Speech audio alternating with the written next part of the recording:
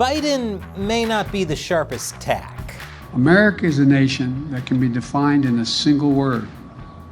I was going to But it turns out Biden might have multiple personalities, and many of them might be corrupt. Welcome to America Uncovered. I'm Chris Chappell. Well, after Trump's fourth indictment, it's Joe Biden's turn in the spotlight again. I feel like I'm on one of those large amusement park pendulum swing rides. And I'm starting to feel a little nauseous. This ride's been going on for years. This time the spotlight is on not one, but 5 Joe Bidens. While he was vice president, Biden used multiple accounts for official business. Was he trying to get extra free trials of Netflix? Because if so, that's the most relatable thing he's ever done. Now, using multiple email accounts for vice presidential business might seem just a tiny bit shady, but hold your horses. According to the White House, it's a common practice to avoid spam and hacking. Even if, according to the New York Post, private email servers are more susceptible to hacking. But the emails were archived with the National Archives and Records Administration, or NARA, like they're supposed to be. So what's the big deal? Well, apparently the big deal is getting hold of them. At least 2 separate entities are trying to get their hands on these emails: House Republicans and the Southeastern Legal Foundation, which just filed a lawsuit over stalled Freedom of Information Act requests to NARA. Now, Biden's alias email addresses aren't breaking news. They were discovered on the infamous Hunter Biden laptop. This headline is from July of 2021. The laptop showed that Biden had the pseudonyms Robin Ware, J.R.B. Ware, Robert L. Peters, and 67 Stingray. 67 Stingray, is that Biden's secret spy codename from 5th grade? Back in 2021, one thing that drew attention was a May 2016 email addressed to Robert L. Peters, aka Biden, that CC'd Hunter to a daily schedule including a phone call with then Ukrainian President Petro Poroshenko. That was right around the time Hunter was being paid over $83,000 a month to sit on the board of Ukrainian energy company Burisma. I know, it sounds shady, but don't worry. According to Time, it was totally innocent. After all, the schedule also included information about Biden's plans to return to his home in Wilmington for the 1-year anniversary of the death of Biden's other son, Beau. Another email that drew attention involved a discussion of a White House hire with Hunter in June 2014.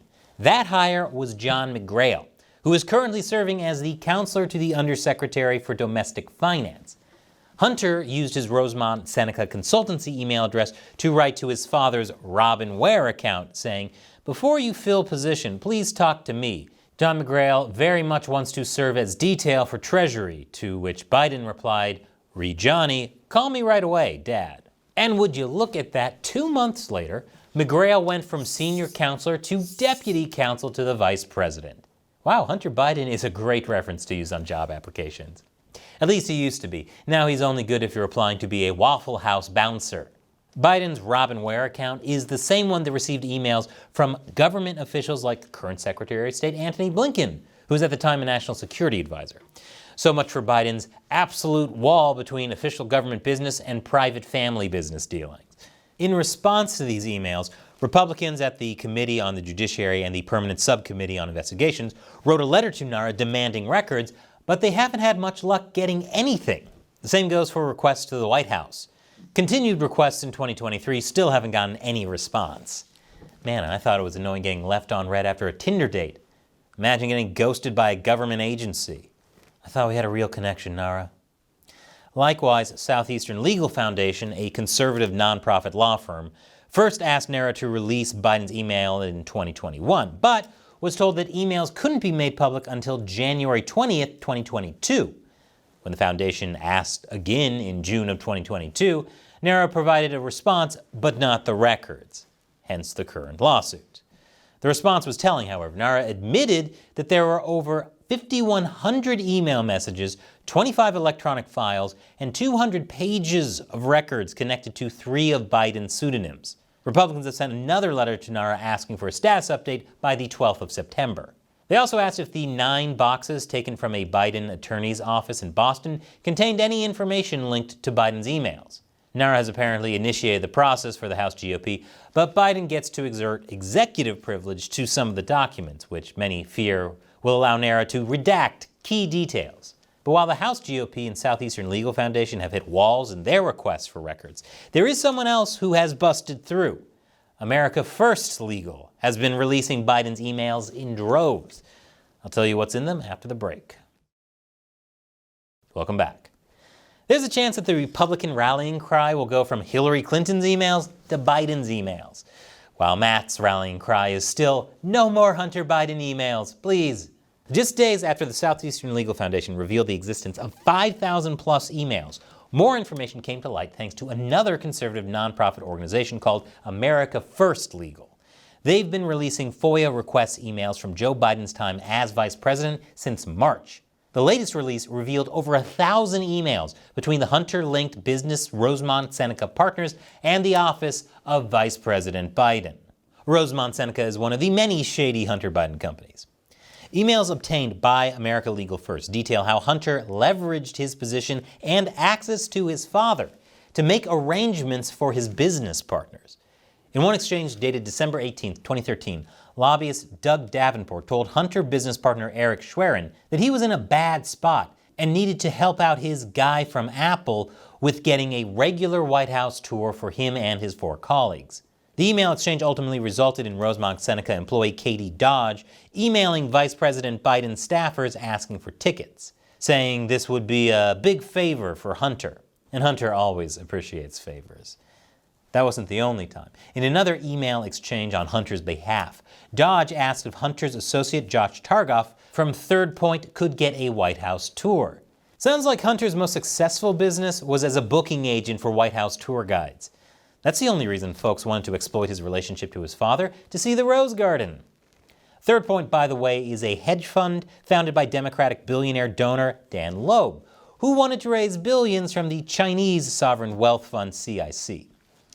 A separate email also had Dodge ask the White House for a favor, this time a written letter, saying that it's very important to Hunter. Saying this is important for Hunter and this is a big favor for Hunter seems a lot like saying abracadabra to get certain things done. Maybe I should try that. Next time my landlord asks why my rent is late, I'll just say it's an important big favor to Hunter you give me this month for free. Hunter and his associates seem to be taking advantage of their connections to the White House by offering things like White House tours and other perks such as signatures. But I'm sure Hunter's business successes have nothing to do with this. Everyone knows Nepo babies are always talented. Just look at Sofia Coppola's acting in The Godfather Part 3. She played the most convincing, emotionless android I've ever seen. To make matters worse, according to America First Legal, Hunter Biden was intimately involved in planning for high-profile White House events. This raises a lot of concerns that Hunter leveraged his connection to his father to secure spots at White House events, last-minute White House tours, and personal letters for people connected to the Hunter Biden business network. There's still a lot we don't know. Part of it is because the National Archives is withholding emails, including 168 email messages in whole and 68 email messages in part that have been exempted from release in compliance with the restrictions of the Presidential Records Act and applicable FOIA exemptions. That's even worse than getting ghosted. That's like after months of texting questions to someone, they finally respond and just say, "Good, you?" Stop playing games with my heart. The search for dirt on Biden will continue. Some say that right-leaning media are just making a big fuss about these emails. After all, most of this information was already out there. Why bring it up now? But a question worth asking is if it's appropriate to allow corporations and businessmen to use children of politicians to gain access to certain things, no matter how insignificant. And is it appropriate for politicians who so freely use multiple private email accounts, especially when they seriously blur the line between government and family matters? One thing's for certain.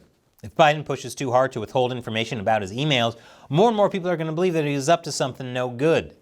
Some believe that this could cost him.